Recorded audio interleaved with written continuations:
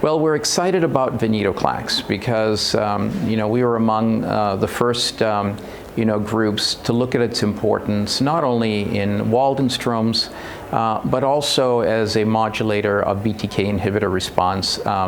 This is why the study that we published recently on the activity of Venetoclax in previously treated Waldenström patients was very exciting. We know that BCL2 is important in this disease, but the results show this.